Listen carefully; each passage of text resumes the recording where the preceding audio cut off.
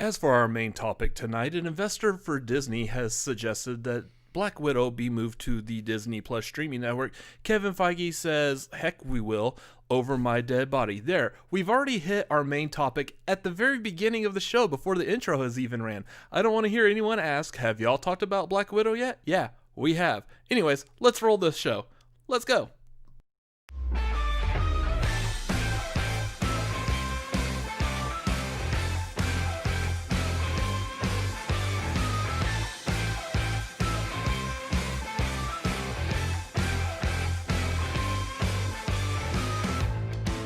What's going on, everybody? It is Tuesday night at 9:30 p.m. Central Time. That means it is time for the tagline. We are the Cinefanatics. My name is Robert Adams. My name is Tired as Mess. This is a usual Tuesday night for us, as you can tell. How's everyone doing tonight? This is fantastic. We got a huge mess of movie news to talk about, and it's not about just movies being pushed back. Did you just say the word mess because I said the word mess? Did you say mess? I said mess. Did you say tired as mess? My name is Chris Adams. Oh, so I'm guess I'm kind of one of those, like, my wit is only as good as repeating the last word I just heard. So herd of cattle anyways. You got nothing. Fantastic. Great banter tonight. This is the show we're in for, guys. The joke there was, if I said nothing, how's your wit? Good point. So how is everyone doing tonight? Looks like we got Vernon Greene in the chat saying good evening, everyone. Good evening, Vernon. Welcome to the tagline. There's a lot of great things to talk about tonight, and I have no clue what any of them are. I would like to take a moment and just note that we've had 32 of these bad boys. Is this 32? This is number 32. Yeah. So we are 20 tagline episodes away from doing this for a full year. Wow. What? Yeah. So essentially 20 more weeks of tagline unless we skip another week or two like we've done like twice. Which, yeah, I mean, it's possible given circumstances. Yeah. It could happen again. Hey, it could happen. At least a few more times. Yeah. Anyways, how are you doing tonight? How's your week been? Last week, great. Been feeling pretty good. Today? Not so good. Kind of off today, but such is life right now. You know, I did forget something to add to this. Great. Mention it while we're live. Yeah, I mean, I don't mind. I mean, that's how things go. Let me see if I got. Get to you telling people how you are while I check on this. For the most part, I'm okay. Today, super tired for some reason. I took today off from doing any kind of work, so it's weird that I'm this level of tired. Typically, I understand if you do nothing with your day, there is a certain level of tired that you hit just by being quote-unquote sloth. Baby Ruth? Yeah, exactly. However, this is a different kind of tired because this is like a mental fog tired that I shouldn't be in. And I think it's just connected with literally everything that I'm still dealing with. So. Mm-hmm. I've had that. Those are like where you feel drunk without the fun of the alcohol. Yeah. Like your head, like you went swimming, but you didn't go swimming. Yeah, I mean, luckily it wasn't paired with any dizziness. So that's, if we want to look on the silver lining to it all, there's no dizziness. I'm perfectly fine right now. Head stable, good to go. But it's still a pain when it's like, oh, I don't have any energy at all. Yeah. Luckily, was able to down a little bit of an energy drink to kind of psych myself up for this show. And I feel like I'm doing pretty well right now. So. Yeah. So the thing I forgot, I can't find it. It's on a hard drive that's not connected to a computer, so I'm going to ignore it. We'll mention it in a little bit, but I'm going to ignore the image that I had for it. Nice. As for me, been a lot of fun. I have actually, and I'll touch upon this some more in some other way.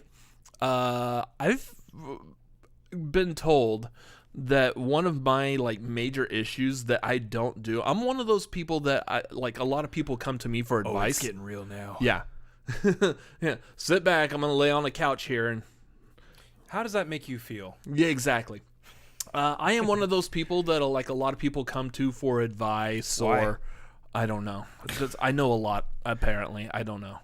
But I'm apparently a comforting person. And one of the issues that I have is like really telling people when I need comforting. Oh, yeah. I get that. Yeah. So, for example, you've known this for a while because you see me. We live together. The cat that's meowing right now has also seen this. She has no problem telling you that she needs comforting. No, she's saying she needs food, and you literally probably just the little laser light. Yeah. The thing that I feel like that's been an issue lately is depression. It's been huge.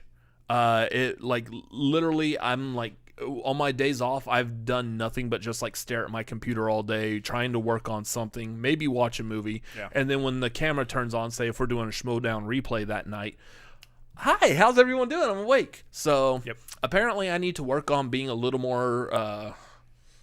Hey guys, not feeling too well. Someone want to make me smile? That'd be cool. Anyway, so I will be elaborating on this. I want to try to do some a couple. I've mentioned it before. This is part of that depression is going back with vlogging. Yeah.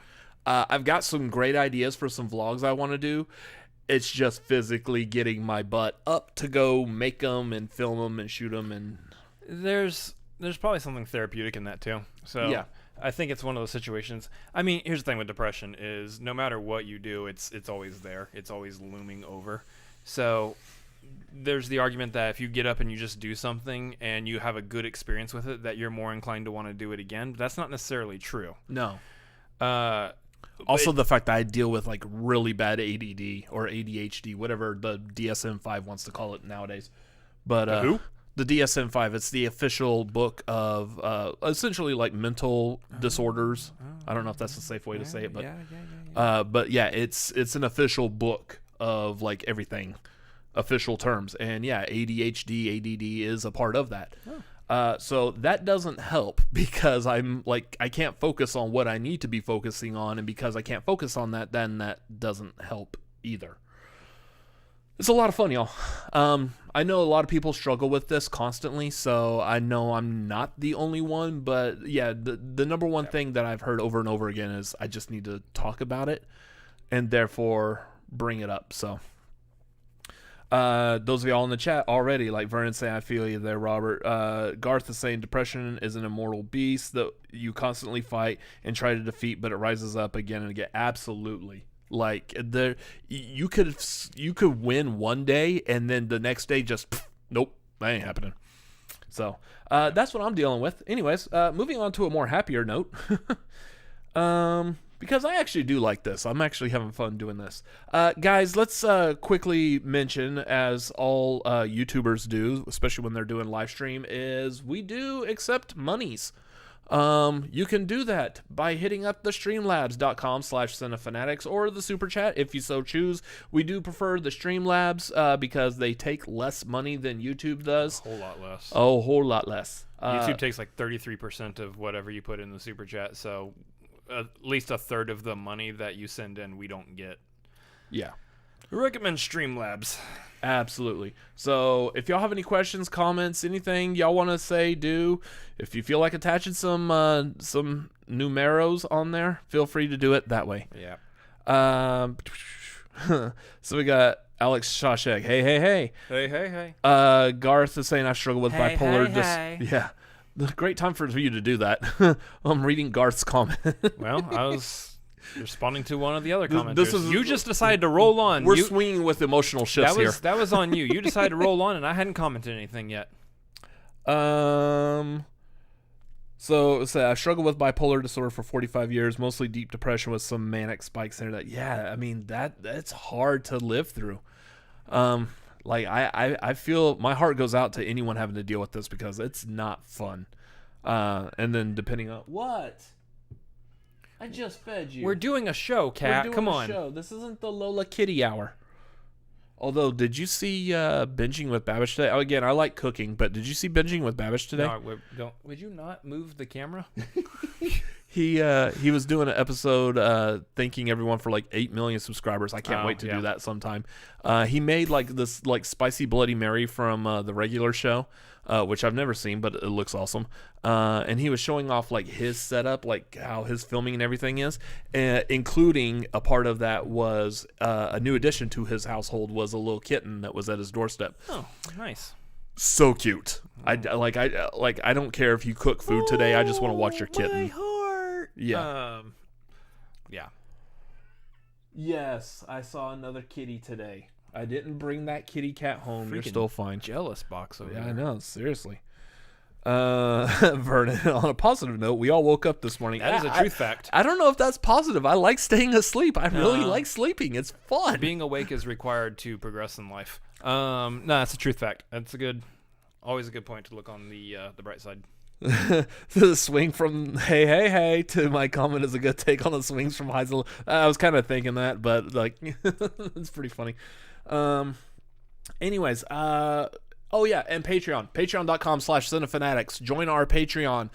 This is the thing that I forgot. This coming Saturday, we're doing a watch along for The Evil Dead. If you are at the $5 on up tier, you will be able to come watch The Evil Dead with us.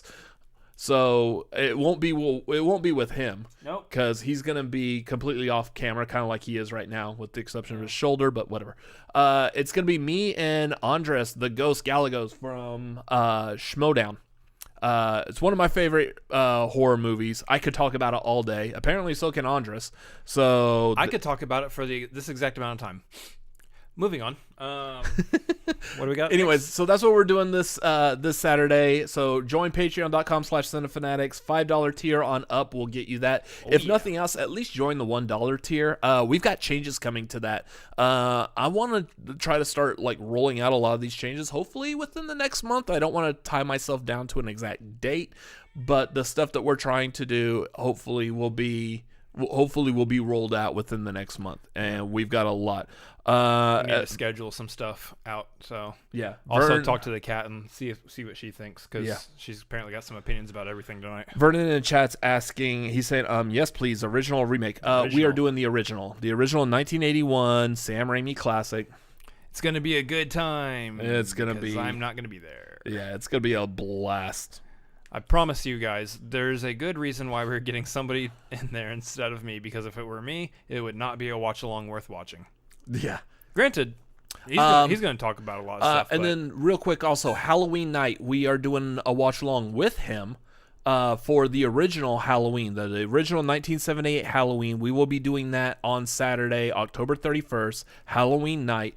If you don't have it, it's available to stream on Shudder, the horror movie streaming network. If you don't have access to Shudder, you can sign up for their 7-day free pass, like I guess right before. Or I don't know if it still works. Someone try it out. Let us know, I guess. Thanks to the Film Theorist, Matt Pat, YouTube channel. They were sponsored by Shudder, and they have a code Film Theory that gets you 30 days free. So do Film Theory, all one word, no space. Film Theory should get you a 30-day. This is what it feels like to do a promotion like that. Yeah. It's not my promotion; it's someone else's promotion. We're not promoting by Shudder at all. But I mean, I'm starting to understand what it feels like as a YouTuber to promote. I would love to be promoted by anything. Sign up for your free 30-day code. Use the code Film Theory. Has nothing to do with Cinefanatics. No, I wouldn't necessarily actually be okay with being promoted by anything. Yeah. Shudder is fine. I wouldn't care about that. Vernon says AMC Plus, I believe, also has it. The only thing I question on that, I don't know if it's going to like stick random ads in there. I know some of those like streaming service like Vudu and Tubi or whatever, they'll throw ads randomly. They might edit something, so you might not hear a really bad word or see some naked skin or whatever it is. You want to see this movie in all its glory. So I know Shudder will have it in its full unedited glory. Real quick before you move on. Yep. We got a Streamlab from Alex. She said, inspired by the crazies, which I wonder why she's going that direction. What are some favorite movies that positively or negatively depict a quarantine situation? Pretty sure I could tell you why she's going that direction since I did the thumbnail. Yeah, because her and Drew are doing the cinema bias for the Crazies here in.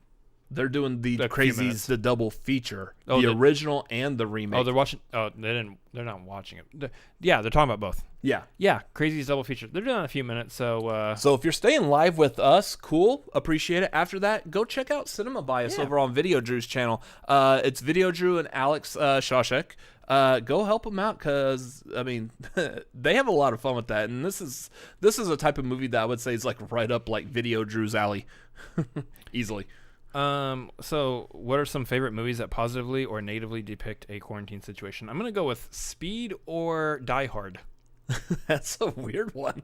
I'm going in left field with it. Yeah, I mean, you're quarantined on a bus. You went completely out of horror movie. Did you see the lady who tried to get off that bus? Where? Hold on. I doubt your commitment to sparkle motion. It's her. Yeah, it's the same woman. Yeah. Anyways. So, another thing from Speed. Interactive TV, Jack, wave of the future. Yeah. Yes, Lola. I played the yes. the sound clip from Speed. Great. So, Die Hard I picked because they're stuck in the tower. Not on Christmas. Anyways. No, it is Christmas. No, it is on Christmas. Okay. Never mind. Beside the point. What other movie positively, negatively depict a... There's a movie called Quarantine. Yeah, there was a movie called Quarantine, which was a remake of it's an English remake version of Wreck, which was people are quarantined in an apartment building while a news crew is filming. It's kind of filmed in a found footage type format. Wreck is classic. Quarantine, not so much. So. Yeah. If y'all want to see some like really good quarantine zombie flick, Wreck, the original Wreck, REC, is pretty good. Quarantine, the not so good American remake version of it. The other one that I feel like that I would go with also that I like was The Purge. It was they essentially quarantined themselves in. It was Ethan Hawke and family.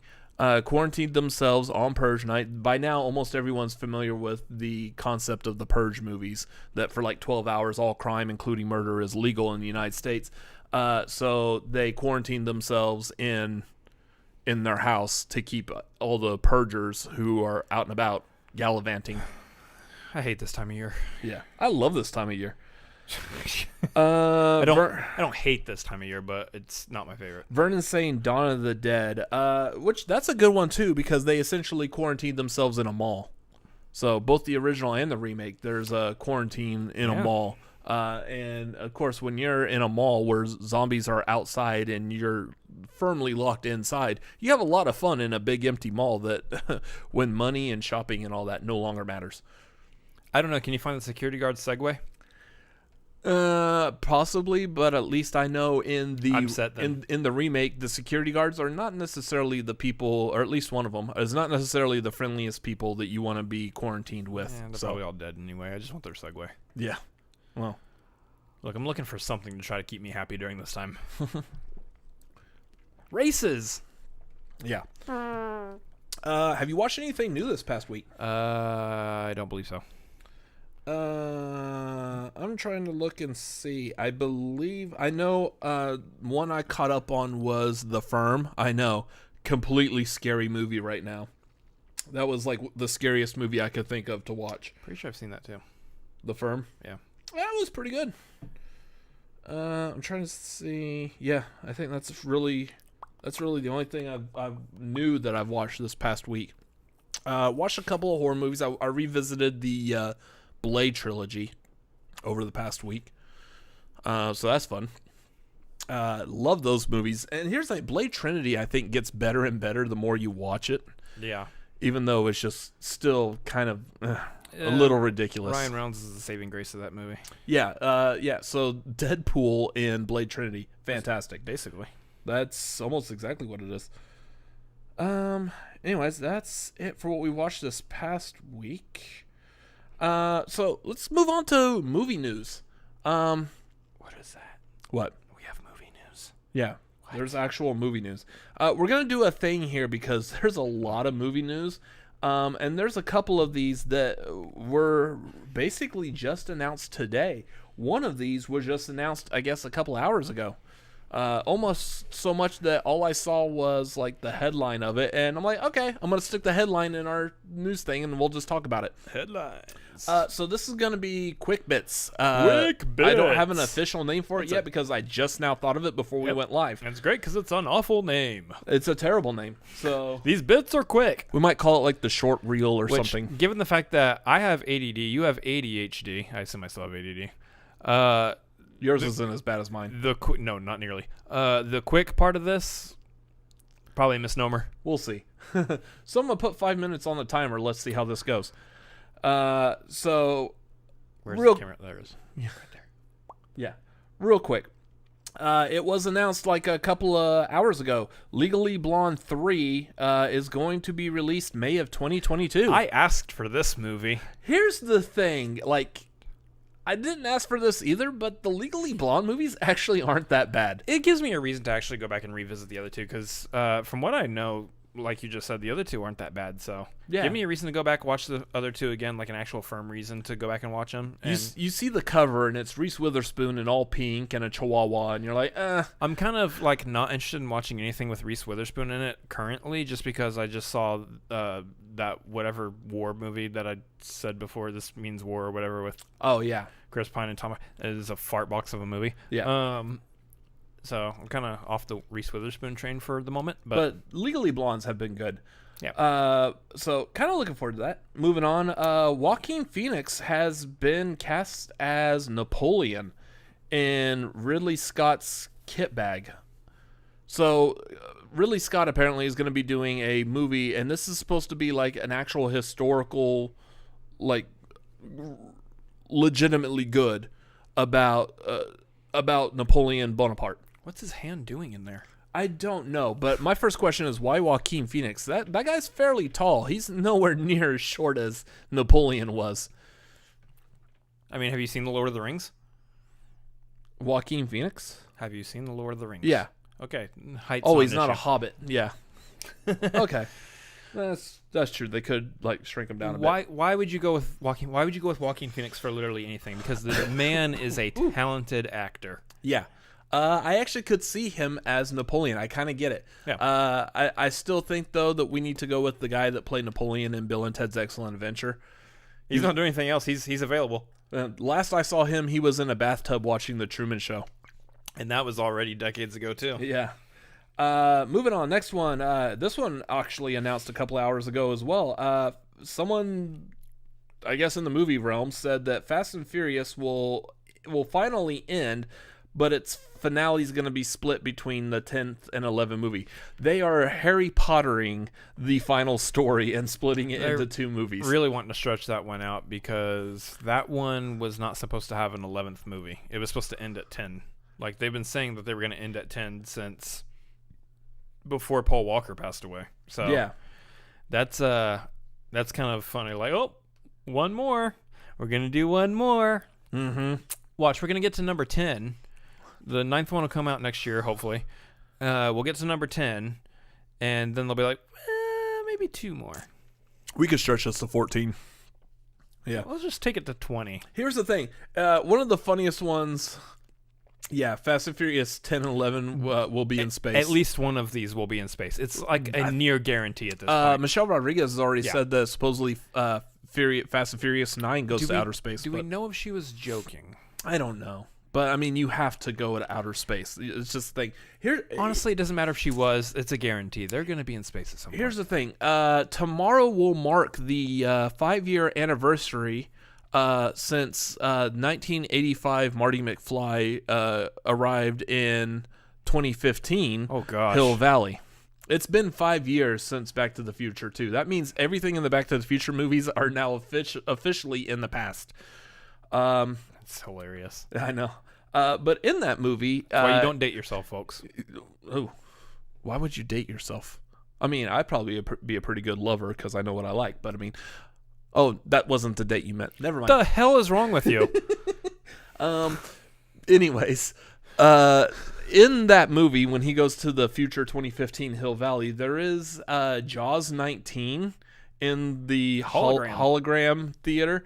We're actually getting close to that with Fast and the Furious at this point. Like, that is probably at around the 2015 level. That's probably legitimately the closest like franchise that could hit 19. Yeah, because we know Jaws never made that. Could you imagine if they did a Fast and Furious in a hologram, though? I mean, put aside the if you've been to Universal Studios, Yeah, I was gonna say, and their tour where they did the Fast and the Furious 3D thing, because that was just weird. it was interesting. It was fun for what it was, but it was not. It was not an award-winning. It might have been award-winning. I don't know. I don't keep up with theme park attractions And their awards. and their awards. I'm still curious as to what's going to happen with the movie awards this year. This is going to be wild. Sonic the Hedgehog. Seriously. Congratulations. Did you know Sonic the Hedgehog just surpassed the Marvel Cinematic Universe as like the highest grossing superhero movie? That's because Marvel didn't put out any movies this year. Oh, well, that would explain why. That's right, Marvel. If you put out a movie, you could have beaten Sonic the Hedgehog. Here's the thing, though. Count your blessings where they are, because if Sonic didn't come out, it would have been Bloodshot. Oh, that's right. Bloodshot would have been the highest grossing superhero movie. Yeah. Wow. Oof. Dodged a bullet there. Moving on these quick bits. Yeah, we've blown past this 5-minute thing already.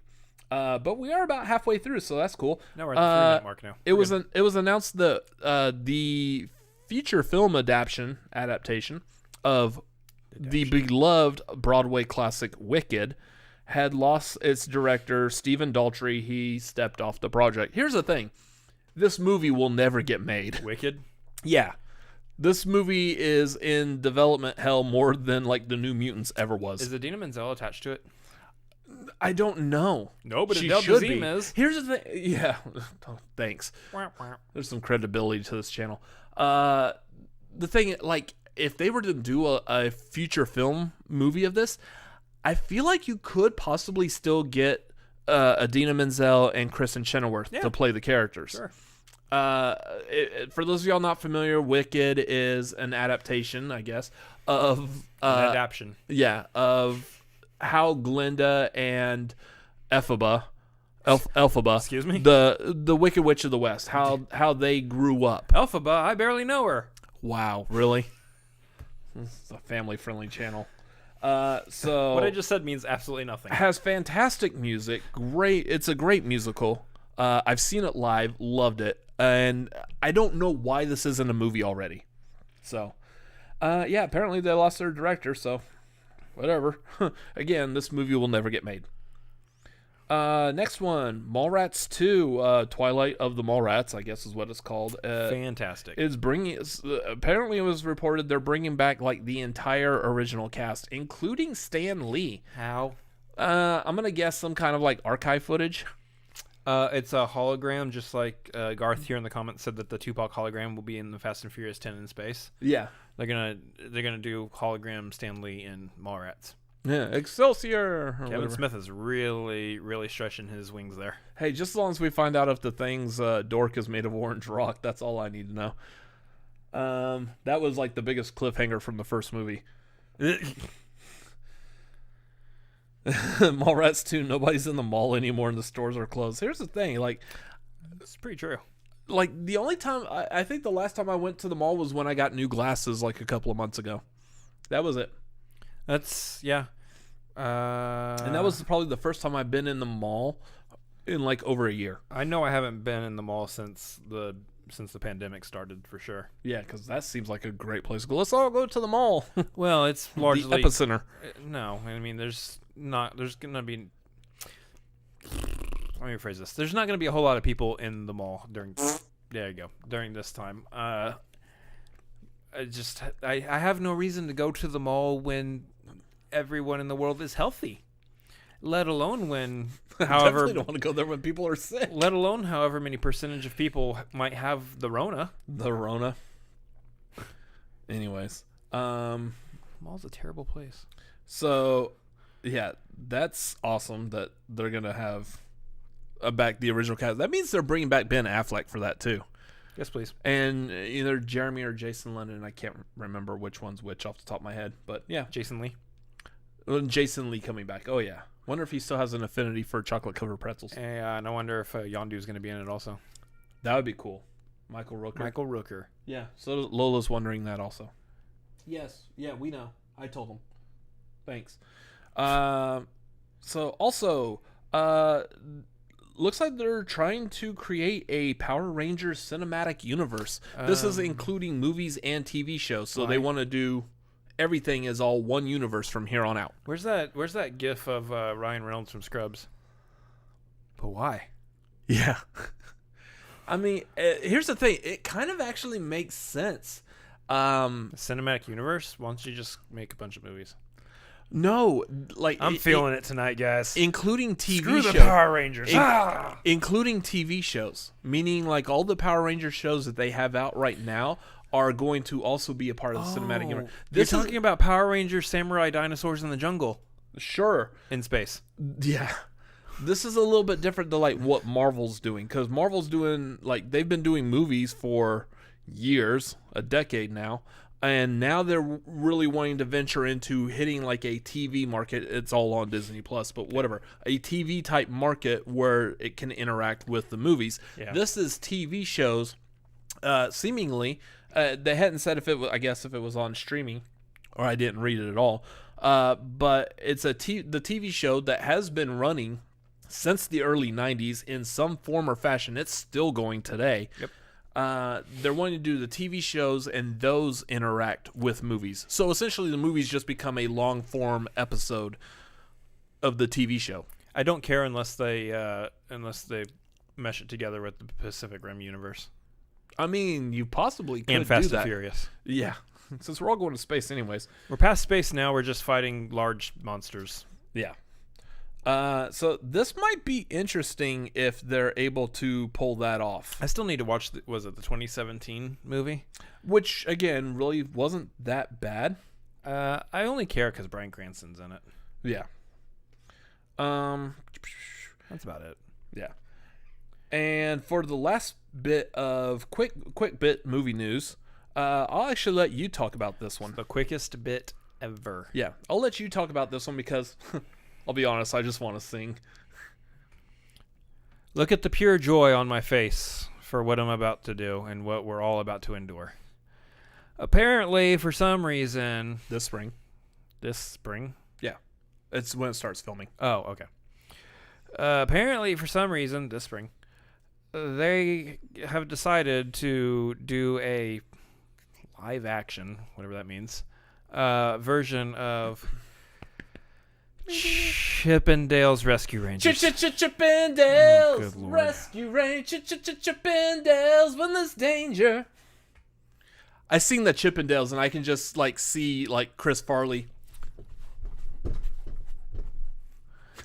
That was a good bit. I enjoyed that bit. That was a fun bit that we just did there. Didn't we already have a Chippendales movie though? Wasn't it called The Full Monty? The Full Monty. Yeah. Maybe even Magic Mike. Yeah, even Magic Mike. The sequel. XXL. That's not the same Chippendales. Chippendales Rescue Rangers XXL. For those of y'all that enjoyed the early 90s Disney afternoon, you did not enjoy his singing. Yeah, probably not. They are doing a live action version of Chippendales Rescue Rangers, which seemingly, I guess, will be live action, except for the actual animated characters will be CGI, kind of like Smurfs or Alvin and the Chipmunks. Because it worked out well for Smurfs and Alvin and the Chipmunks. And here's the thing, like, I'll be honest, like, that I did love the Disney afternoon. DuckTales was easily the best cartoon of them all. Yeah. That's a good theme song. It is. I watched Chippendales Rescue Rangers. I watched Tailspin. I wasn't a huge fan of either one of those. Tailspin also does have a good theme song, though. Yeah, exactly.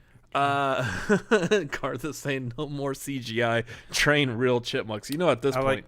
I like his Chippendales Rescue Rangers with Channing Tatum. With Channing Tatum? Yep. Yeah, that's right. Garth, you said that wrong. It's Tanning Tatum. No, that would be yeah, that's correct. I don't know what you're talking about. Thank you for incorrecting me. Chippendales Rescue Rangers with Tanning Tatum XXL. Absolutely. In space. with Vin Diesel and a Power Ranger. This is wild. We're creating our own cinematic universe just right now. Is what we call quick bits. You mix everything together into one not so quick bit. Yeah. So on to the ones we're probably going to talk about a little bit more. Let's have a little more deep dive on this. Deep dive bits.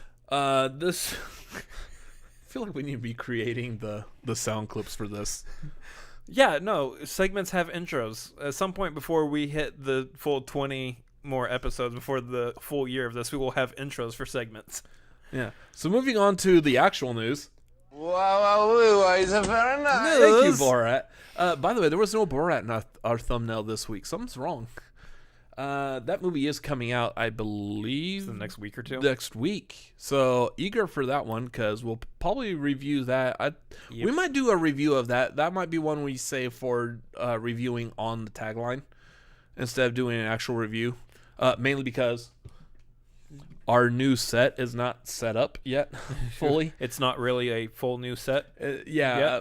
So I guess we can mention that. I don't know if we've mentioned it before, but No, not at all. those of y'all that are familiar with our original set, which was the two of us sitting on a couch with that Joker poster behind us, It's our living room. that's changed.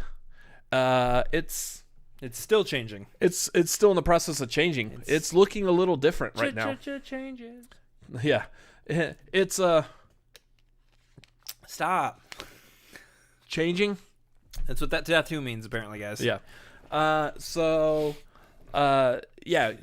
will be debuted pretty soon. That's probably going to be, I would say, along the lines with some of like the new stuff that we want to do for Patreon. It might be part of that. We'll see. Well, part of me wants to just do like a full and complete change by like January 1st, but I know that a lot of the stuff we want to get going before then. So, and some of it's going to be incremental because we just don't have the money to blow on just changing everything immediately right away.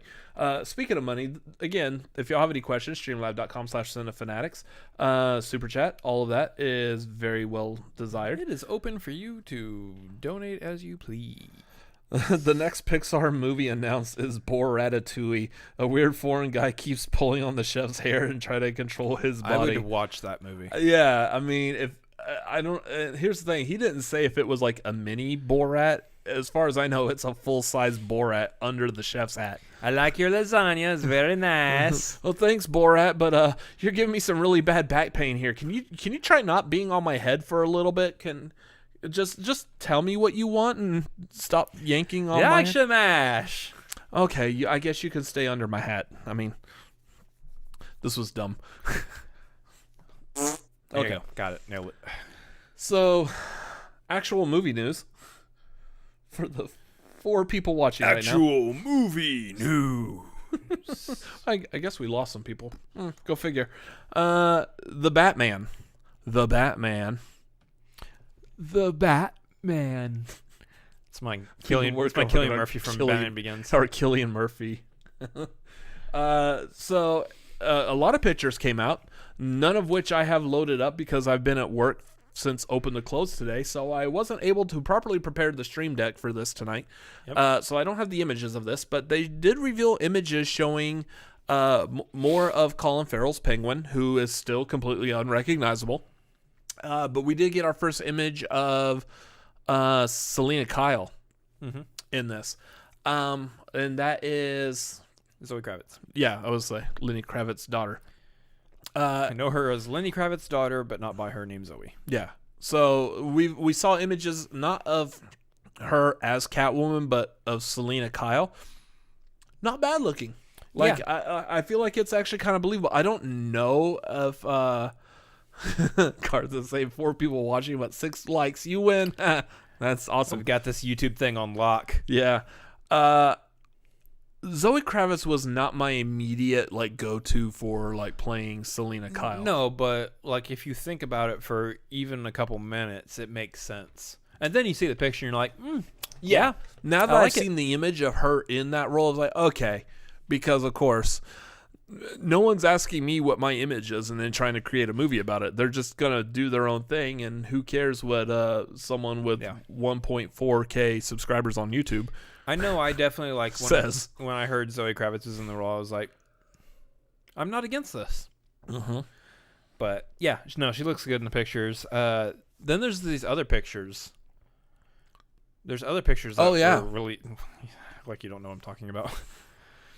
Apparently, I'm trying to figure what pictures can we talk about. Yeah, right. Apparently, Wonder Woman and Superman are also in this movie. Flash.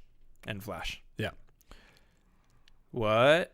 No. Apparently, what they are is like the Hollywood Boulevard or Times Square Elmo versions of of the superheroes. Which I'm pretty sure I've actually seen Superman in both Hollywood Boulevard and Times Square. So that's great on that guy to finally make it into a movie. Yeah.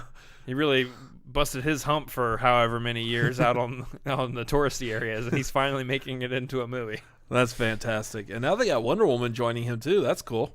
Yeah. And then the Flash, we just saw an image of like his symbol like in graffiti, so whatever. So the question here though is that you're looking at this situation where there's people who are dressed up as these characters, these superheroes that we are now supposed to believe exist within this universe, this iteration of Batman. Yep. And so it's like, okay, so to what degree is this Batman connected to anything DC? I know that they've said time and time again this Batman series is going to be on its own, but the way I see it is, again, we're coming back to the same thing with what DC is doing now with like the Flashpoint whatever stuff. Yeah, where it's essentially like multiple like dimensions or it's a multiverse. Yeah. Every DC movie that has existed prior to the DCEU is now part of the DCEU, theoretically. Which, I mean, that again, give or take Nolan's movies. We said that before, and like this is actually a really cool. If they could do that, that would be awesome. Pulling Nolan stuff. Yeah. The only thing with that one though is like pulling that in means that you're potentially like bringing in a universe and a realm that has quite possibly the ultimate Joker in there, and you're not using that Joker. I mean, for obvious reasons, we all understand why, but part of that also is those movies I think are filled with people who are just okay with not ever coming back to those roles ever again. I can't see Christian Bale reprising Batman again. And that might be... No, I don't either. And that might be because those movies were... That sounds weird. Those movies were taken as like serious movies. They weren't like, hey, let's create an entire comic book movie franchise off of this. It was do a movie and you're done type of thing. Now, yeah they did 3 of them because... let's not kid ourselves. It's a comic book franchise. Yeah. I'm trying desperately to find something to say during this time while you're pouring yourself a new drink over there. Pouring a drink. It doesn't sound good on the mic. Especially because you're doing this. I know. Yeah, that's the good stuff right there. It is. It's absolutely amazing. Yeah, that's gonna feel good. We're trying to cut down on time here on the tagline. Apparently, we've got way too much to talk about, so we don't have time for this. I like how Garth brings up possible twist. These street performers are portraying comics characters, not real superheroes. Superman, Wonder Woman, etc., are in comics and movies, but not real in this Batman reality. That's a fascinating idea. That is. I mean, it's a concept that kind of just ends right there. Honestly, it doesn't really go much further than that. But regardless, it's different. It's a different kind of idea, for sure. But yeah, no. So I think this begs the question as to whether or not you have a situation where the filmmakers and the people who are creating these movies are once again lying to us because they're just not ready to reveal any information. They don't think we're capable of handling the truth, and I don't have a sound clip of that, but y'all know what I would probably. Or they just have it lined up as to when they want to reveal specific information, like how these Batman movies are actually attached to the greater DCEU. You know, this is the way. It is. It is the way. That made no sense to use right there. I just felt like you just wanted to put a sound.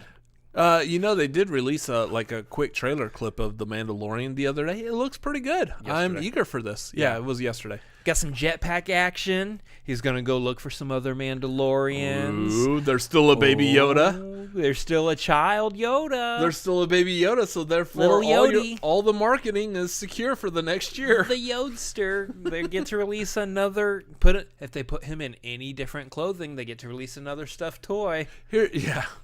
Seriously. That's how it works. Like the Batman figures. Speaking of the Batman figures from like the 90s or whatever, they released the original like line of Batman, the animated series, with like original Batman just in regular costume, and then they put him in every single costume. And I think they've done Plasma that with Batman, Tundra Batman. No, they've gone insane with this. And I know recently I saw this even with Spider-Man figures where there was a line of figures where Spider-Man was trying out different Iron jobs. No, like they put Spider-Man as like a firefighter or as a farmer or whatever. The thing is he's still in the Spider-Man costume. So for like the farmer one, they just put a straw hat on him and overalls.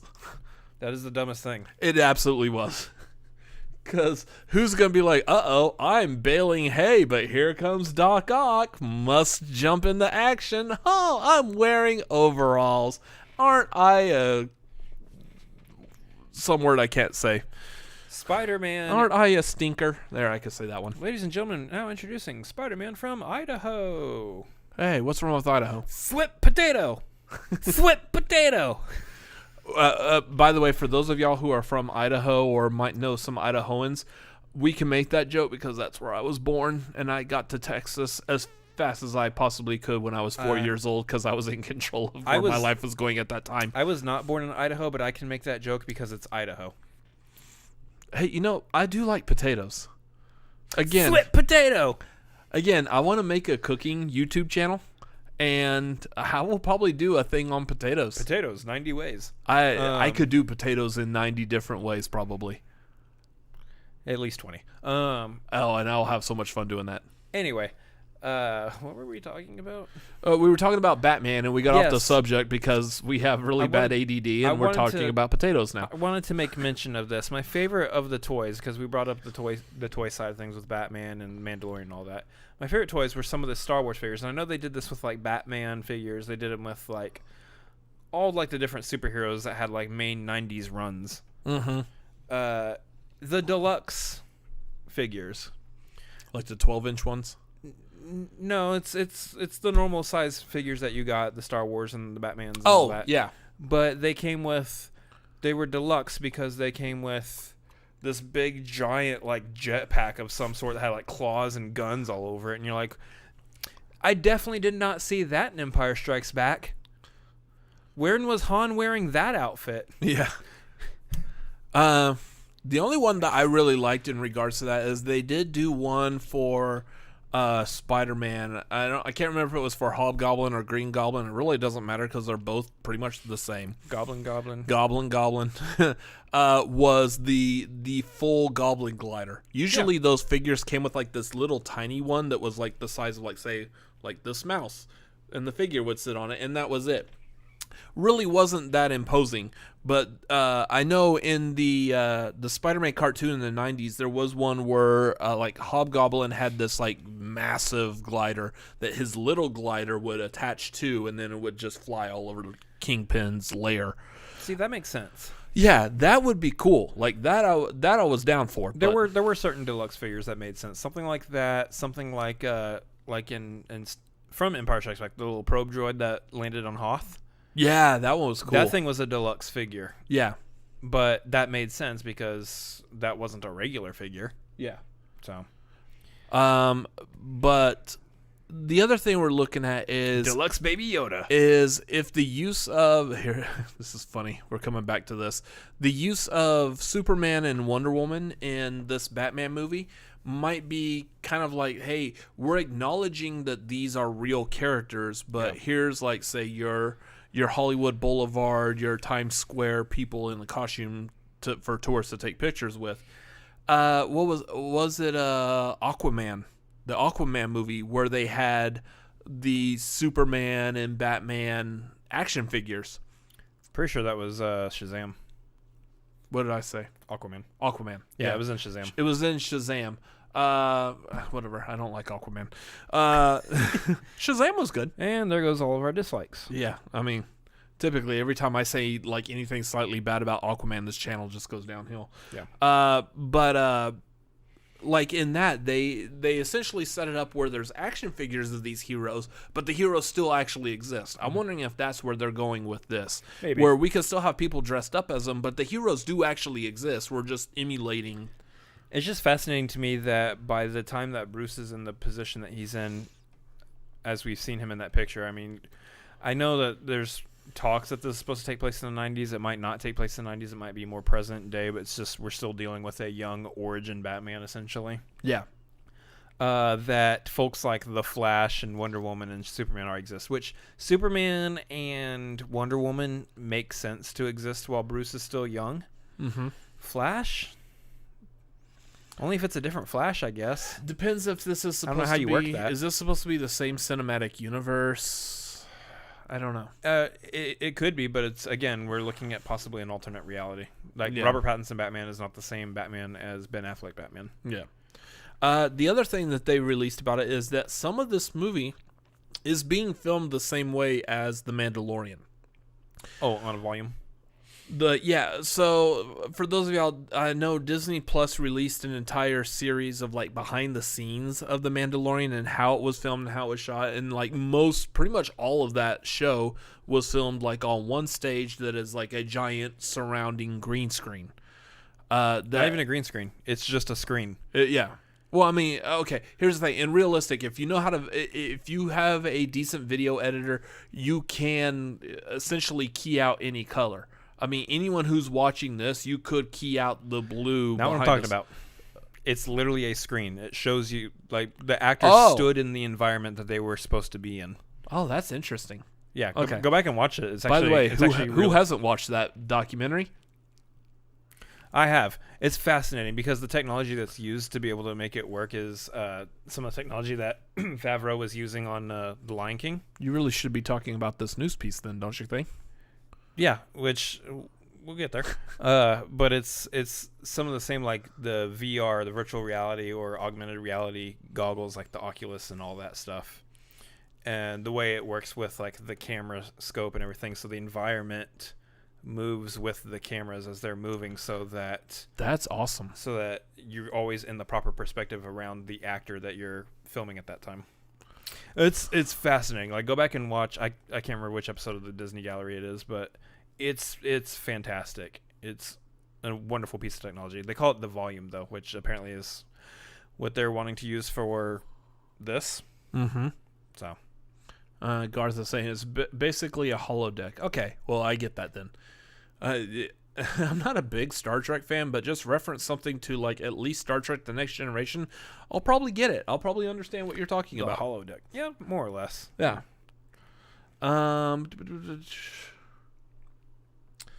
Anyway, so that's actually really cool. Now for one that my brother will have absolutely no input in at all whatsoever.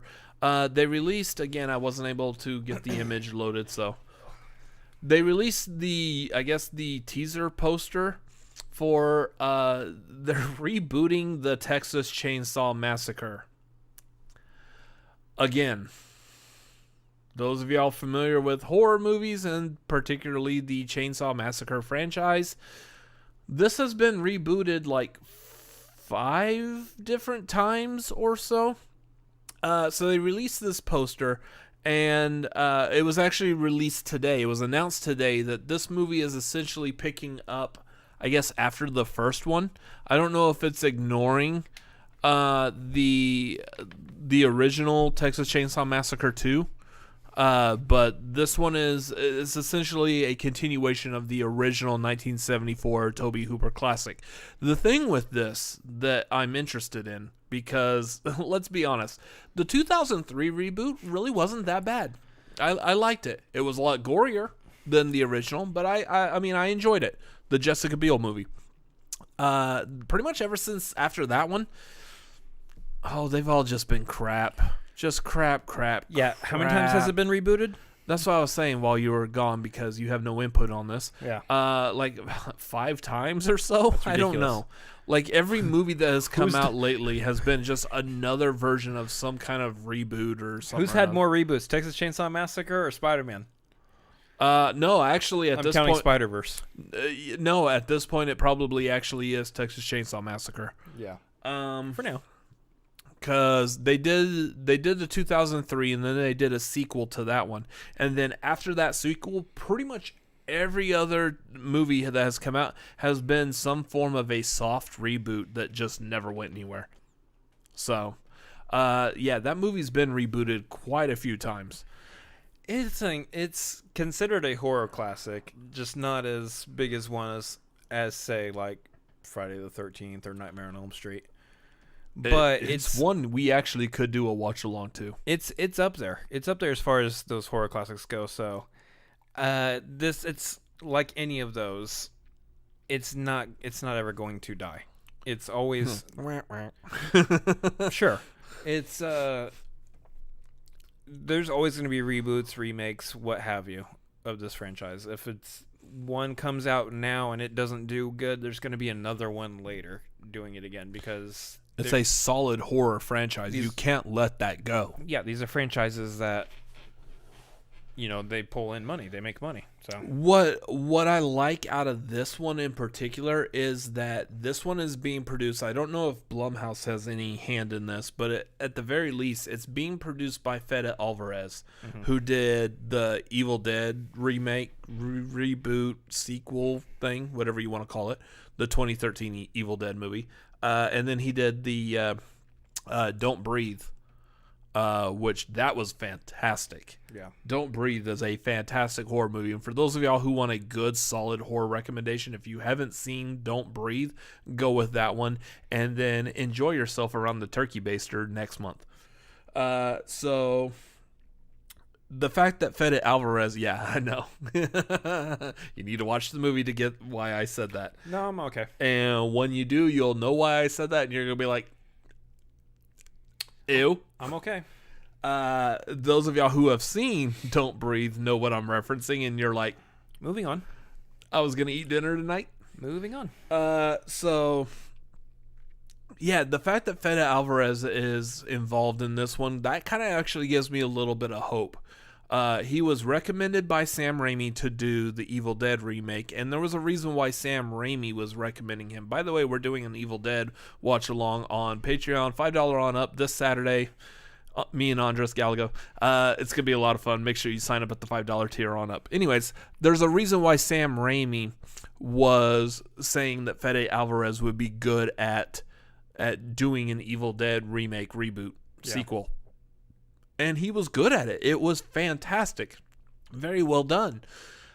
So I'm kind of curious as to how this is going. Now, the thing with this is it's produced by Fede Alvarez. Who knows who's directing it? You're right. So, I mean, I've seen like really good like directors produce a movie, and that movie went to just complete crap. It happens, unfortunately. Yeah. So I don't know. I'm waiting for more information as this goes. But yeah, just another Chainsaw Massacre movie from the great state of Texas. Yeehaw. Yeah, as Garth is saying, Chris only likes the Texas part of that. Yeah, probably. I want some Whataburger now. Whataburger. Water? Whataburger. There's no water in that burger. Oh, look, I have a southern drawl when I say it, okay? It's a Whataburger. Whataburger. There, I have a southern drawl and I didn't say water. Yeah, whatever. Also, so classic content that we have on this channel. I know. There was this announcement this past week that like supposedly movie studios are buying theaters. Okay. No, they're not. Apparently not. They're not buying theaters. Here's the problem with that is, and that really is all I have on that subject, but just personal opinion, like op-ed this thing, is I feel like that's a conflict of interest. What happens when Disney buys a theater? You know what that theater is never going to show? Anything R-rated. It's going to be all Disney all the time.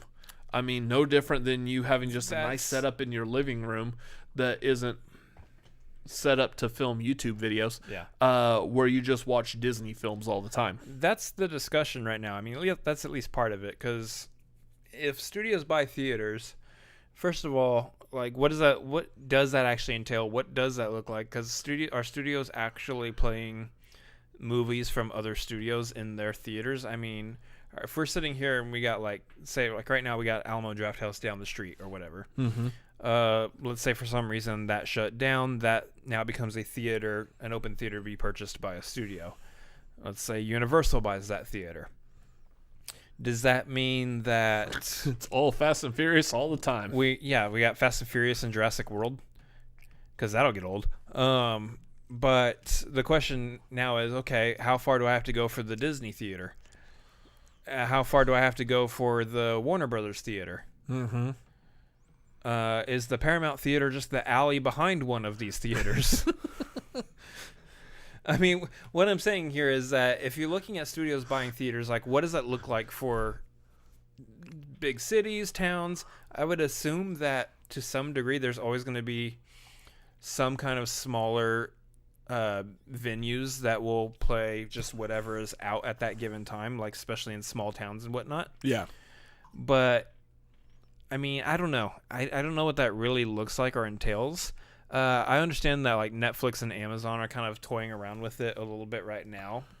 They're kind of, and it makes sense for Amazon, who purchased Whole Foods essentially. But Another Austin, Texas staple. yeah, so I don't know what that looks like. But from what it sounds like is that right now, and there was quotes from various sources saying that it's not really in the plans at the moment for the studios to be purchasing theaters. Yeah. They care about the theaters. They want to see that. They want to see that form of movie watching, consuming movies kept alive. Which, yeah, let's be fair. It makes sense that studios don't want to buy movie theaters right now, because movie theaters aren't showing any movies right now. Yeah. Let me buy a McDonald's and not sell hamburgers. Yeah, let me drop a ton of money on theaters and then not make any of it back anytime soon. Yeah. But, I mean, we are living in a world and in a reality where Regals are shutting down right now, where AMC is about to go bankrupt. AMC's about to go bankrupt. Cinemark's doing whatever. So,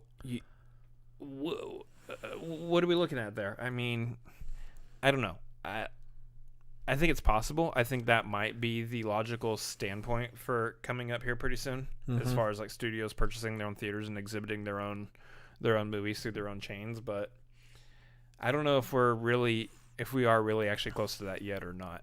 I still think, honestly, like theaters as a whole, the theatrical experience as a whole, will survive the pandemic.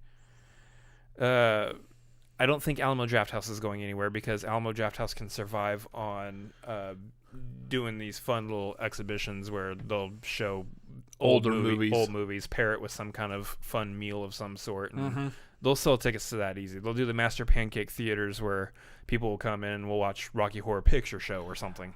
They'll do that kind of stuff. I don't know. So I don't know if like the Master Pancake is nationwide, so to speak. If not, if y'all aren't familiar, Master Pancake is basically two comedic guys sit in the front row. It's basically Mystery Science Theater 3000, only it happens live. Yeah. They sit in the front row making the jokes at the theater while you're sitting behind them, hearing the movie and hearing their jokes. It's actually fantastic. And then, of course, then you were also talking about that, at least in Austin, Alamo Drafthouse is the go-to place if you want to do the midnight Rocky Horror Picture Show thing, which I wonder how that's going right now during a pandemic. I mean, there's a whole lot of like touching and rubbing that happens during Where's that your show. neck? It's quarantined at home. Yeah, where's your neck? I would like to if I could. You may. By the way, if y'all haven't done the midnight Rocky Horror Picture, oh man, I so recommend it. It's so much fun. I just want to do the time warp again and get out of this year. But yeah, it's just a jump to the left and then a step to the right. Anyways, I'm gonna sing again. But a positive news on that is apparently theaters in New York are opening back up. Not New York City. Let's not get crazy. But New York State are opening back up. Which, I don't know. I mean, I feel like this discussion is one that we've done like 3 times a month, every single month, at least. There's nothing else to talk about. Exactly. Which is, where's the pandemic at right now in this country? Is it safe to open up theaters again? Are they moving at a correct pace? I don't know. I don't know. We're not CNN or Fox News or whatever. We're not here to talk about the pandemic. We're just talking about movies. I've seen very few effects of the virus around where we live right now. Yeah. Everybody's living their life pretty much like normal. They just have face coverings on right now. So as far as like what it means for theaters to open up in New York, it might be the same exact situation as we're at right now where we're located within Austin. So in some parts of the country, though, I hear the pandemic's getting worse. In other parts, it's not bad. Looks like it's getting better. So this whole thing has been all over the place for every single month this year. So I'm still waiting to see, like, okay, let's get that vaccine out. Let's see what that does. And then maybe once the vaccine's out, then you see theaters really opening up in, say, like Los Angeles and New York City, which is really, let's be honest, that's really what these studios are waiting for. Studios are waiting for the theaters to open up back in LA and NYC again before they start releasing their big movies into the theaters, because those are kind of the main exhibition locations, them in Chicago essentially. Yeah. And unfortunately they're not getting the revenue and the numbers for that because like LA, Chicago, New York City, usually huge turnout in the theaters for those because there's a high concentration of the population. There's a lot of people in a very small space. It's where most critics live also. Yeah, well, it makes sense because that's where everything is. Yeah, and unfortunately we're just not getting that. And that was the issue with Tenet.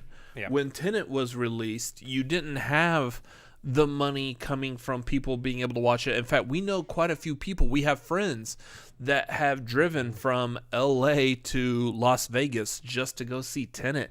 Like, geez, how bad is that where the nearest movie that you need to go to see, the must-see movie of the summer, or that was supposed to be the must-see movie of the summer, that became the must-see movie of the early fall. The only movie to see during the summer. Yeah. You have to drive.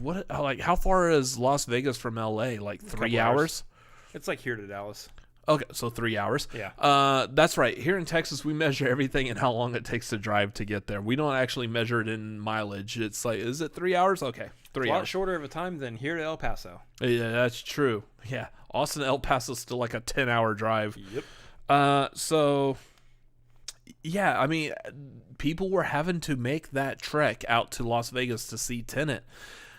You didn't get a whole huge amount of the LA population that you normally would when a movie comes there. So, Garth says people were tentative to see Tenet. Followed by Errolowl Rachel saying, "I'm here partially for Garth's puns." I mean, that is the great like Cinefanatics experience here, is that we do have a small amount of people that are watching us live typically, but we got great people that watch us live and offer great commentary here on the what are you doing? This side of the screen. Yeah. So basically the Cinefanatics experience is that we are all Cinefanatics. Not just the two of us. We are all the Cinefanatics. I feel like that would be like what we should actually call our fans. Yeah. You guys are Cinefanatics. We nailed it. That's it. We've been trying to figure out. You guys are Cinefanatics. Yeah. If you're watching our channel, it's because you like movies, therefore you are a Cinefanatic. That being said, Garth, one of our Cinefanatics, is more or less at any given point the third wheel to this trifecta here. In which case he is in the chat nailing all of our setups. We do the setup and he brings it home. He just said, in fact, good example here, the Cinefanatics fanatics. We set it, he spikes it. That's a sports reference. That's a huge mouthful. The Cinefanatics fanatics. Our fans are the cinnamon fanatics. Yeah, we do like our cinnamon. We are serious about our cinnamon. Moving on to our final big story topic of the night, which I feel like I've talked about this already, but go figure. Black Widow. Oh, we've talked about that movie before. Yeah, a couple of times. Since May. There was a major investor for Disney came out this past week saying that he recommends moving Black Widow to the Disney Plus streaming service with the premium access, much like Mulan got. People with the money's making the decisions. Here's the thing, like, when you get feedback on a business standpoint, when you get feedback from an investor, you got to keep in mind in these situations, investors have one key thing in mind: getting their money back as fast as possible. Yeah. Therefore, if they're recommending something that might not be in the best interest of, say, Kevin Feige or the public, that might not be something that people generally go for. For example, let me pull this up while I make weird sounds with my mouth hole. We're going to get copyrighted from Nintendo for that.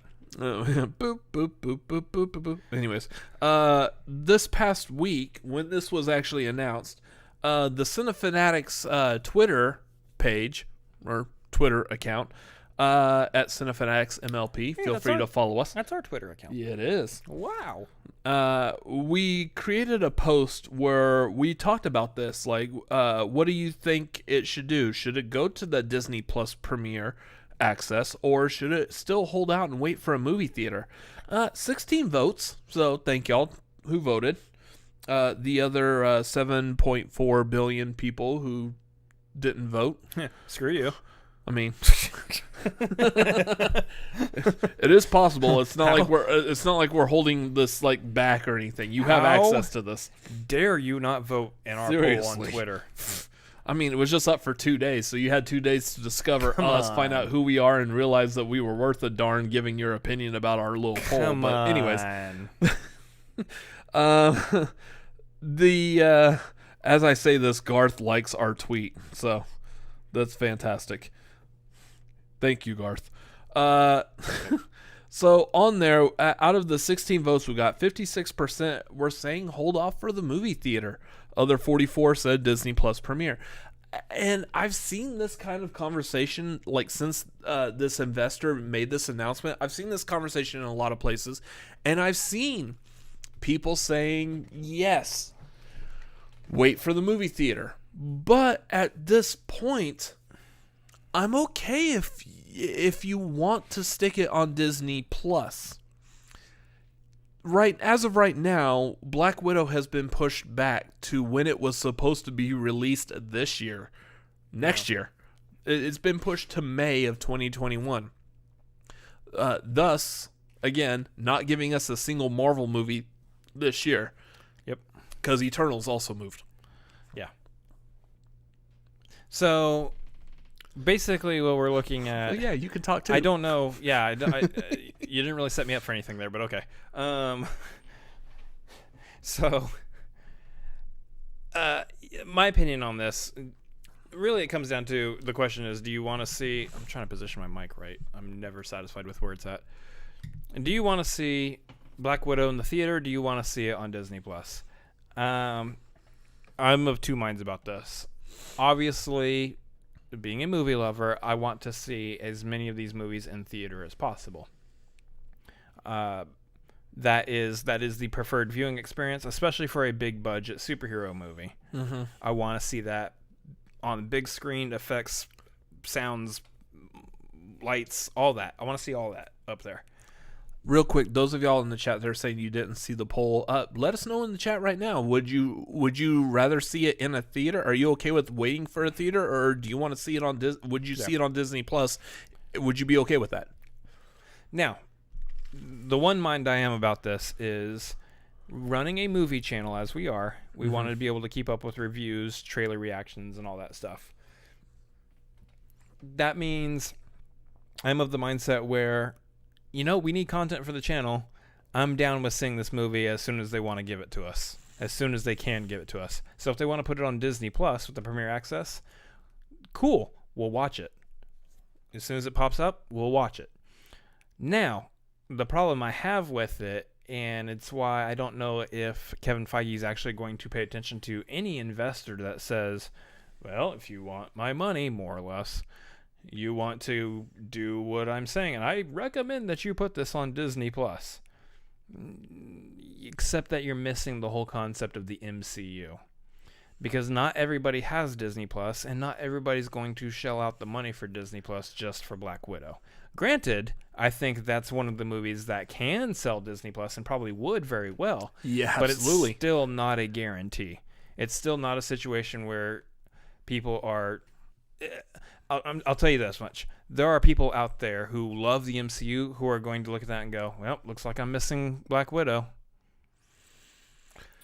Especially if they have to, 1, sign up for Disney Plus, and 2, pay another $30 for the premiere access.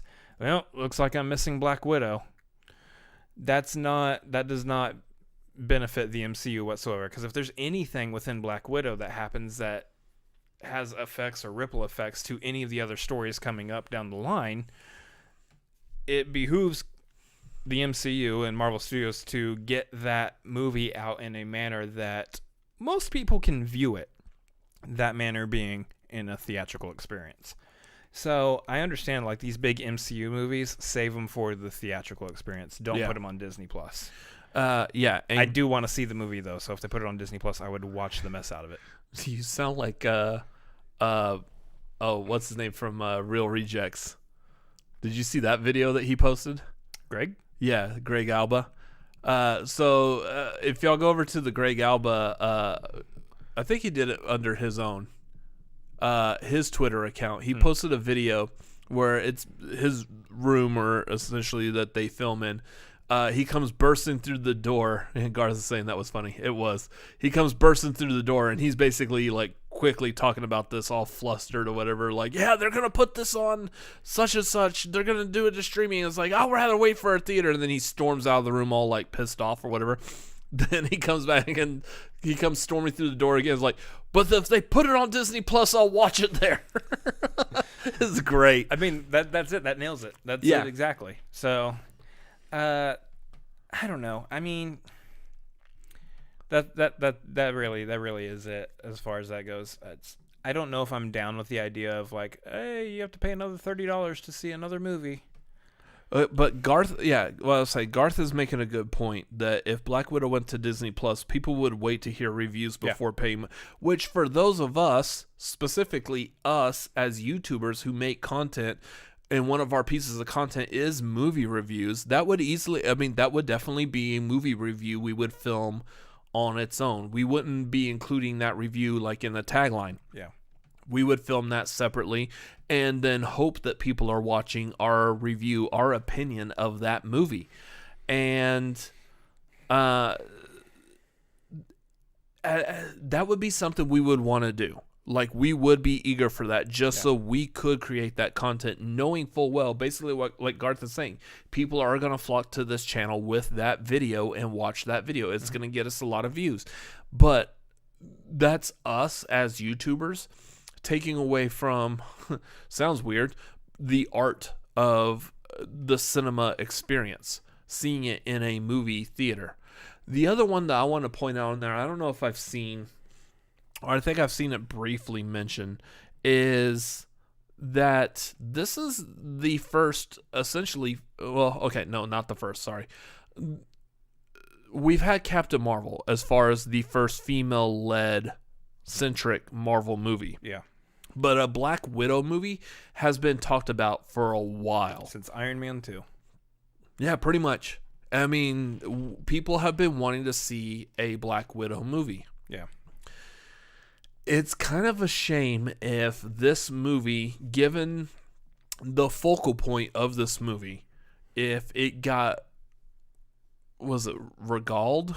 I believe this is maybe the right word. If it got sent to just a streaming service, like we mentioned, relegated, to a streaming service, and like we mentioned a couple of weeks ago, we were talking about movies that back in the 90s, when you went to go visit what used to be called a Blockbuster Video, you would see movies that starred like very popular actors, but you never heard of these movies. Well, these movies were a direct-to-DVD, direct-to-video made movie, and they were cheap. They were very cheap. They were typically just straight crap. Yeah, this is a concept we brought up last week. Was it last week? Yeah. Okay.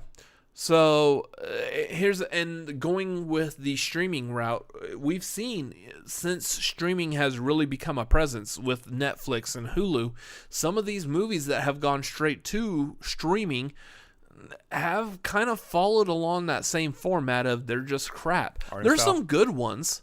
There has been some really good ones, especially this year. They've done fantastic with like An American Pickle or Palm Springs. Those have been really good movies. But there's still a stigma over if you just send your movie to streaming immediately, that must mean that even you as a studio must think your movie is of lower quality. Have a whole lot of faith in it.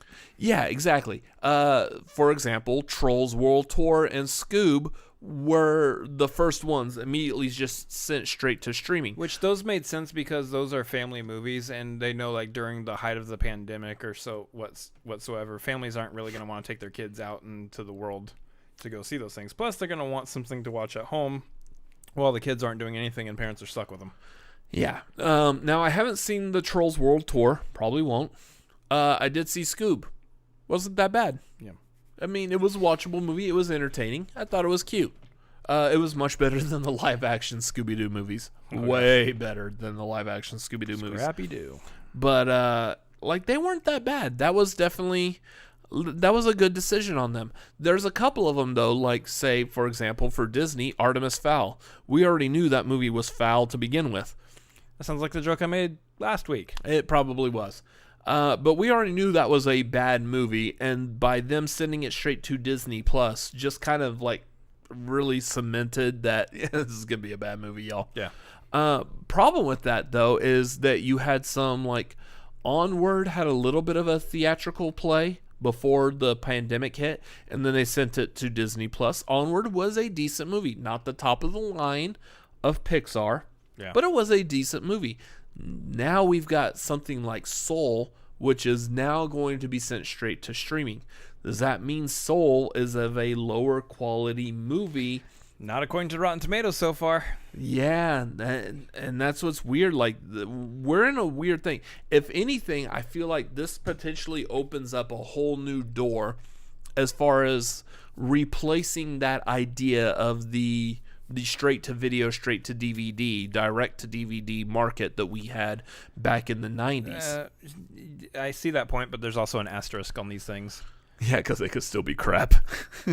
No, because what's going to happen is you have these movies like, okay, well, I know that these movies are supposed to go to the theater, and given the pandemic, we understand why they're in streaming, so there's an asterisk here. These movies are still going to be of quality. Once the pandemic is over, though, again, you have a situation like Artemis Fowl going to streaming. It's like, well, yeah, but it's going to streaming, so I don't know if it's going to be good. So, yeah, there's an asterisk on these things, but... Anyway, yeah, I'm kind of the wait and see mind. Obviously, we don't have a choice. It's been wait and see for months. It's going to be wait and see probably for a few more months still. And I know we talked about it last weekend that Disney they are putting a lot of focal point on streaming or on the Disney Plus platform. But they were still saying, like, look, we still care about the theatrical experience. We're not giving that up. This investor that was talking about Black Widow was, again, we were talking about this guy is an investor. Right off the bat, that means he only cares about seeing that return on his investment. He's also, I guess, I don't know if it's the same guy. I believe it is. But... he was also on record for saying a lot of other movies, they just need to start pumping out straight to Disney Plus instead of waiting for theatrical release. And that's dangerous when you get an investor's opinion like that. I want my money and I want it now. Yeah, I'm trying to say this in a way that might not necessarily give away something. It's not necessarily how it always works. I work for a cable company that only recently started becoming its own mobile phone provider as well. I know that might, I'm not saying the name of it because, again, they're not paying me. So, but that might give away exactly who I work for. But one of the things we get, they've been doing mobile for a little over 2 years.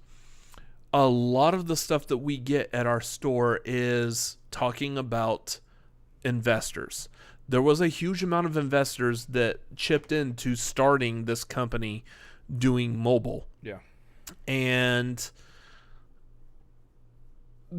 there hasn't been a huge gain, especially this year, because your mobile, your cell phone, your smartphone, everything, that's not the forefront of your priorities this year. If your phone works, then cool. Keep it working, move on. If you could possibly like switch to another provider and save money, cool, because I know a lot of people want to do that. But I'm constantly getting feedback going, well, the investors are not happy. We're not doing as well as we should, type of thing. Again, because this isn't something that's a huge focal point for this year. Yeah. That's what I feel like these Disney investors are saying, is they're not seeing that return that they want to see, especially going into the fact that Disney Plus was a thing before the pandemic. Mm-hmm. They want to see that return.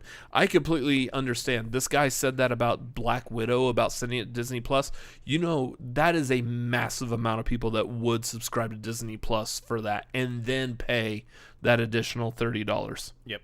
So, but it's not a guarantee, like as much as having it released theatrically would be a guarantee. I mean, the money is definitely not there.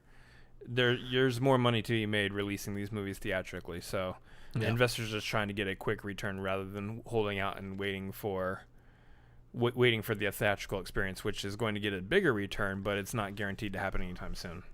Also, Kevin Feige said, "Heck no over my dead body." Heck no over my dead body. Like Garth is saying, Hubie Halloween should be eligible for the Oscars. I mean, the problem is in joking aside, if that movie, that was probably one of those like Adam Sandler movies that's supposed to go to Netflix.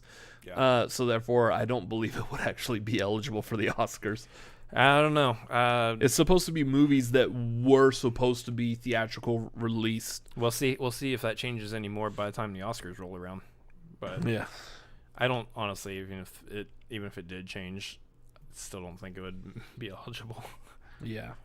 That was it for movie news. That took care of everything I feel like we should talk about as far as movies go. If y'all have any other questions, anything else you want to hear, like an opinion for, drop that in the chat. We're going to do like a little bit of like channel plugs real quick. So before we move on to that, though, I think we do need to say one little thing about a specific situation that happened today. Yeah.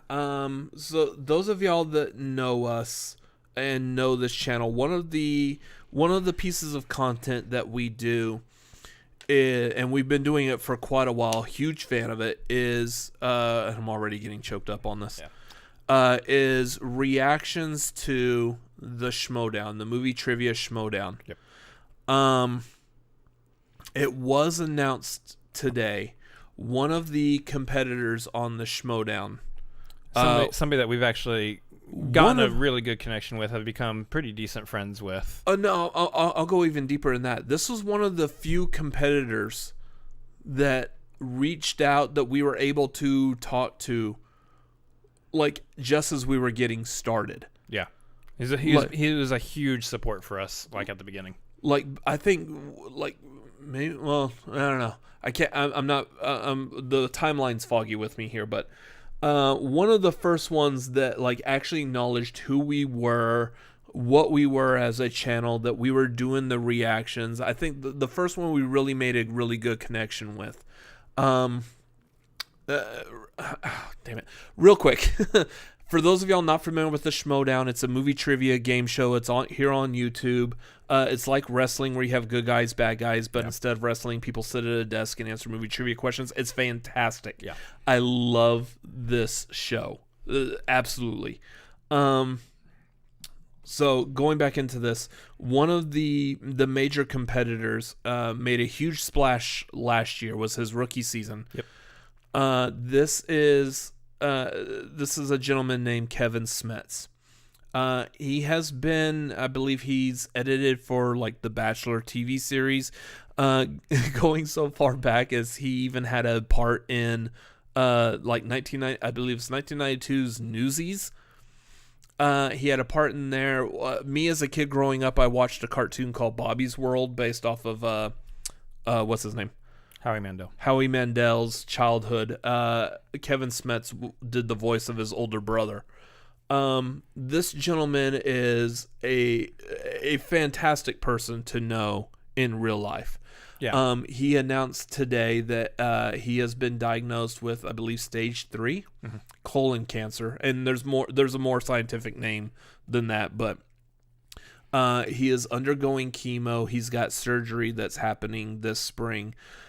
We're mentioning this just because he's been him and I will say his family, his mom has been a huge supporter of us. Yeah.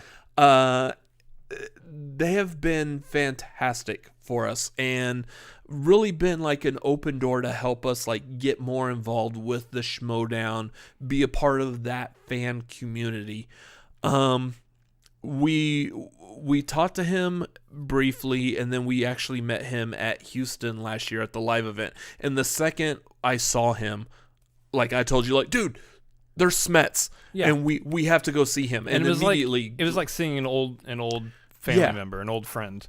Yeah. Guys, kind of a thing. But yeah, he just got married. He just had his first child born, and now he's having to deal with this cancer. So he just made the announcement today on SEN Live. So if you guys go over to the Schmodown Entertainment Network, you can, I believe they even actually clipped it out, so you can check out the clip out of that and kind of hear him talk about it and go into more detail as to what it looks like. From what he shared, it is 100% beatable.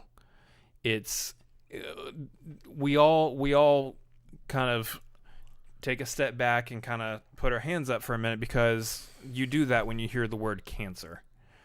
Cancer is a horrible, ugly disease. It's disgusting and it's terrible. But in his position with what the doctors are saying, even though it's at stage 3, he's saying that the doctors are actually very hopeful because of how that cancer is right now, that it's completely 100% beatable. It's been a very slow growth, and they'll be able to take it out, fairly easily. I mean, it's still going to be a fight. It's going to be a fight like typically all cancer is, but I don't know if I've met anybody who is more capable of that fight than Kevin Smits, though, because that man is an intimidating force of a champion within both the trivia ring as well as in life. Just seeing, I know he's done like marathons and stuff, just seeing. Yeah, he's not that tall either, but I mean, saying. Really?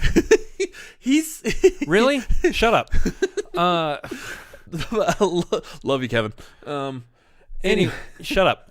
Anyway, he's somebody that I would say is literally like the definition of a fighter. He is somebody who I believe absolutely 100% will beat this. But he is somebody that we feel a great amount of love for and want to support. And so as of this channel, as of the Cinefanatics, we completely agree with the hashtag that's out there right now, hashtag Smash Cancer. His nickname is the Smasher within the Schmodown. He's known to smash his opponents in the trivia ring, so we're 100% in support of him here on this channel. The two of us as individuals who know him and have talked to him and have been supported by him for a while now. So that is our thoughts, our prayers, our love goes out to Smits and his entire family, his wife, his baby, his mom, like literally everybody out there. So yeah. That being said, I do want to put it out there. We don't have anything official because this was unfortunately being talked about while we're live doing this show. But there will be something that's coming at some point, probably. We have no room to mention anything about that. Okay. Anyway, that aside, we completely support Smits. So, yeah. So those of y'all watching, keep him in your prayers. I mean, this is gonna be a hard battle for him, but I feel like he's gonna be able to pull through this. Yeah. So he'll 100%. He'll be back. He'll be fighting. He'll be coming back after that IG belt pretty soon. We all know it. So Yeah. Big love and support out to Smits right now. Anyways, that's gonna do it for tonight. Let's see if we got anything else going on. Nothing else? Doesn't look like it. So, again, as we're wrapping this up, make sure y'all are following us: Twitter, Instagram, Cinefanatics MLP. You do have the Robert Adams MLP. I'm pretty sure he's got the Chris Adams MLP under his name as well, because I can see the same screen that he can. Garth is asking a Willow TV series opinion. Yeah, they announced that there's a Willow TV series, and that Warwick Davis is reprising the role. Really? Interesting. So here's the thing. I have no opinion. Because you've never seen Willow. Pretty sure I haven't. Yeah. Willow was I feel like it was probably one of the first movies I saw in the theater. I can't remember if it was Willow or it might have also been Sesame Street's Follow That Bird. That might have been the first movie I saw in the theater. But I don't necessarily remember that one. I do remember seeing Willow in the theater. Yeah. Only because there were parts of that movie I don't feel like I was ready for as a young kid. Like there's a troll that gets like split in half and kicked down a bridge and turns into a dragon. I wasn't ready for that troll to be split in half and crack open and you see its insides and stuff. That's weird stuff. By the way, I'm going to do a watch along for The Evil Dead with Andres Gallego over on patreon.com/cinefanatics at the $5 tier on up this Saturday. But I wasn't ready to see blood, guts, and gore as a kid at that point, I feel like. And there was also the part where Mad Mardigan, which is Val Kilmer, he was being turned into a pig.